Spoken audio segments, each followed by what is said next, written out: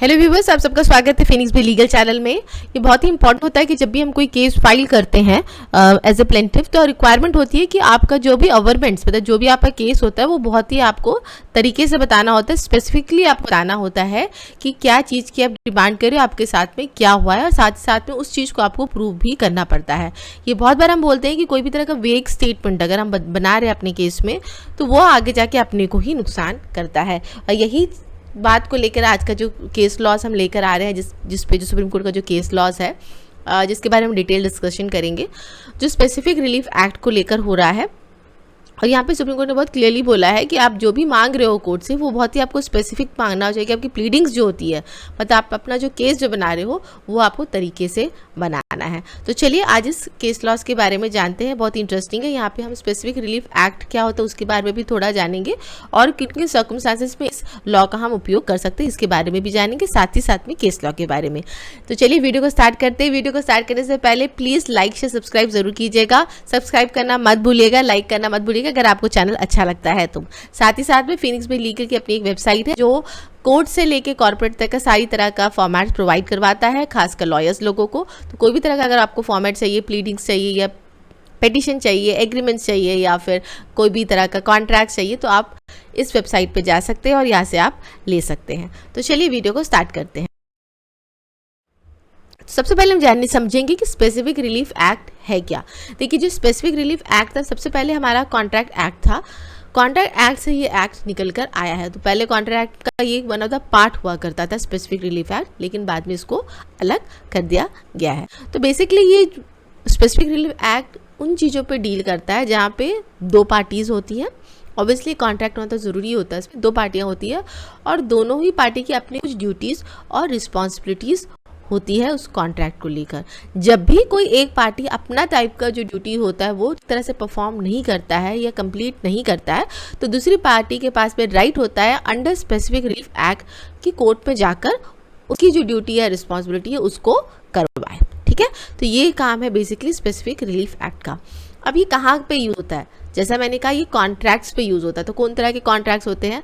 अपना अगर हम सिविल के केसेस की बात करें तो यहाँ पे आपका सेल एग्रीमेंट हो गया, आपका सेल डीड हो गया, गिफ्ट डीड हो गया, ऐसा कोई भी ट्रांजैक्शन जहाँ प्रॉपर्टी को लेकर हो रहा है और जहाँ पे दोनों ही पार्टी में से रिस्पॉन्सिबिलिटीज़ और ड्यूटीज़ आ जाती है। कॉन्ट्रैक्ट होता है जिसमें विल नहीं आता है। जो कॉन्ट्रैक्ट्स जो होते हैं वही खाली स्पेसिफिक रिलीफ एक्ट के तहत पे आते हैं। अगर ज़्यादा ही स्पेसिफिक करके बोलूँ तो यूजली जो लैंड के जो लेने देने की जो खरीद फरोख्त की बात जो होती है, वो केसेस ज़्यादा स्पेसिफिक रिलीफ एक्ट के तहत पे आते हैं। मनी के केसेस भी आते हैं इसमें। तो चलिए अब हम किस केस की बारे में बात कर रहे हैं। ये बहुत ही रीसेंट जजमेंट है, जुलाई का ही ये जजमेंट है। तो इसका जो SLP नंबर है वो 2246 ऑफ 2017 है। केस टाइटल है इसका P Ravindranath and anothers versus Shashikala and anothers. Case का डिटेल मैंने डिस्क्रिप्शन बॉक्स में डाल दिया है, तो वहाँ से भी आप देख सकते हो।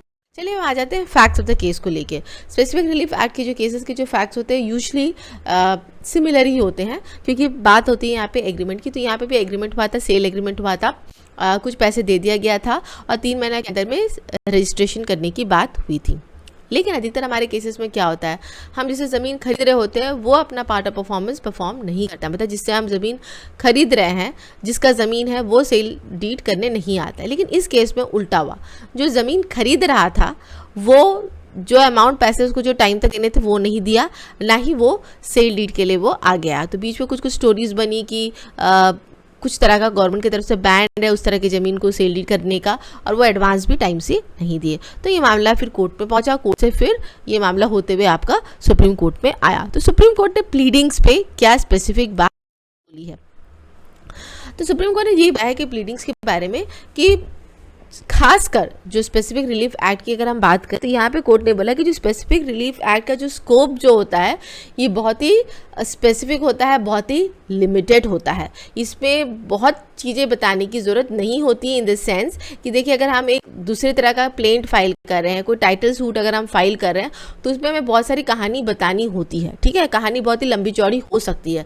लेकिन स्पेसिफिक रिलीफ एक्ट का जो मेन पोर्शन क्या होता है, एक तो कॉन्ट्रैक्ट है। ठीक है, कॉन्ट्रैक्ट, दूसरी बात किसका क्या रोल है, रोल्स की बात आ जाती है। तो मतलब यहाँ का जो प्लीडिंग्स जो होती है बहुत ही स्पेसिफिक होते हैं कि मैं ए ने प्लेंटिफ ने डिफेंडेंट से ये तारीख में सेल एग्रीमेंट की, इसका कंसिडरेशन अमाउंट ये था, 6 महीने के अंदर में इतना पैसा देना था, जो दिन एग्रीमेंट हुआ उस दिन मैंने इतना पैसा दिया है, ये 1 साल के अंदर में इसके अंदर में रजिस्ट्रेशन हो जाना, इतनी बात होती है सेल एग्रीमेंट में।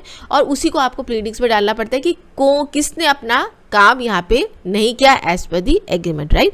तो इसी बात को लेते हुए सुप्रीम कोर्ट ने बोला है कि आपकी जो फाइंडिंग्स होनी चाहिए, आप जो भी ग्राउंड ले रहे हो स्पेसिफिक रिलीफ एक्ट का, आप ये बोल रहे थे कि देयर इज़ अ बैन, उस ज़मीन पे एक बैन है कि वहाँ पे उस ज़मीन का रजिस्ट्रेशन नहीं हो सकता है।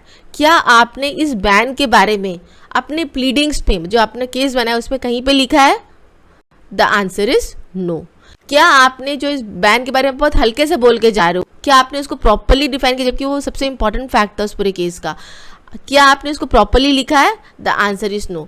क्या आपने उस चीज को लेकर कोर्ट पे कोई गवाही दी है, कोई डॉक्यूमेंट प्रस्तुत किया जो बता रहा है कि ये जमीन को रजिस्ट्रेशन नहीं करा सकते थे? The answer is no. तो यहाँ पे कोर्ट ने जो सेक्शन 16C है 1963 ऑफ स्पेसिफिक रिलीफ एक्ट है उसके बारे में बोला है, the act requires readiness and willingness to be pleaded and proved by the plaintiff in a suit for specific performance of contract. The set provision has been widely interpreted and held to be mandatory. तो section 16C of 1963 का जो होता है specific relief act, यहाँ पे आपको दोनों ही parties होती है, अगर कोई एक पार्टी कोर्ट में जाता है तो उसको बहुत स्पेसिफिकली एवर्मेंट्स लिखना पड़ता है कि I was ready to perform my part of contract. यह हमें लिखना ही होता है कि मैं तो रेडी था, मैंने अपना पार्ट ऑफ परफॉर्मेंस किया भी, लेकिन दूसरे पार्टी ने नहीं करा था। ये अवर्मेंट भी इस केस में मिसिंग था। सबसे पहला जो था कि वो ज़मीन पे बैन है, ये वाला अवर्मेंट आपने ठीक से पूरा अच्छी तरीके से नहीं लिखा, एक वेग उस पर लिख दिया था, हल्के से डाल दिया था उस पर, कोई प्रॉपर उसका कौन से नोटिफिकेशन पे दिया गया था, क्या डेट है, क्या नंबर नोटिफिकेशन, ऐसा कुछ भी नहीं दिया था, ना ही उसका आपने एविडेंस किया।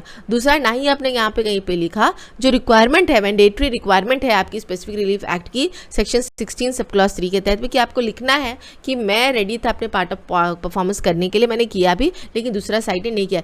ये भी आपने कहीं पे नहीं लिखा है इस केस में। जो स्पेसिफिक रिलीफ एक्ट के बारे में कोर्ट ने ये कहा कि the plaintiff had to stand on their own legs to establish that they have made out case for grant of relief for specific performance of contract. The act 1963 provides certain checks and balances which must be fulfilled and established by the plaintiff before they can become entitled for such a relief. देखिए, जो specific relief act के जब अगर sections पूरा पढ़ते हैं तो वहाँ पे बहुत क्लियरली लिखा हुआ गया कि किस तरह का हमें अपना प्लेंट बनाना चाहिए, प्लेंट में क्या क्या मैंडेटरी प्रोविजंस आना चाहिए, और अगर आप अपना केस उस तरीके से नहीं बनाते हो तो आप अपना रिलीफ क्लेम नहीं कर सकते। तो फाइनली इस पर सुप्रीम कोर्ट ने यही कहा है कि अगर आप स्पेसिफिक रिलीफ एक्ट के केसेस बनाते हो, ये खासकर लॉयर्स के लिए भी बहुत इंपॉर्टेंट रख जाता है कि जो अवर्मेंट्स है सेक्शन 16 सब क्लॉज C का, ये सारे अवर्मेंट्स आप प्रॉपर्ली डालें और आपका जो भी ग्राउंड है उसको आप बहुत अच्छे से स्पेसिफिकली प्रॉपर्ली मेंशन करें और साथ ही में उसको प्रूव करें। तो व्यूअर्स, आज का जो ये वीडियो रहा है इसी स्पेसिफिक रिलीफ एक्ट के बारे में रहा है, खासकर ये रहा है कि इसकी प्लीडिंग्स कैसी करनी चाहिए, किस तरीके से इसका केस बनाना चाहिए, नहीं तो कैसे आगे जाके केस, देखिए सुप्रीम कोर्ट में जाके डिसमिस हुआ है, तो दो उनको कुछ रिलीफ तो इसमें मिला था, कॉम्पनसेशन तो मिला है इसमें, लेकिन 4 करोड़ की ज़मीन में अगर आपको उसे 25 लाख मिल रहा है तो क्या ही फायदा है बताइए। तो वो बात आ जाती है। तो केसेस बनाते वक्त इस बात का ध्यान ज़रूरी है। तो आई होप आपको आज का वीडियो अच्छा लगा। अगर अच्छा लगा तो लाइक शेयर सब्सक्राइब जरूर कीजिएगा। Thank you so much for watching my video.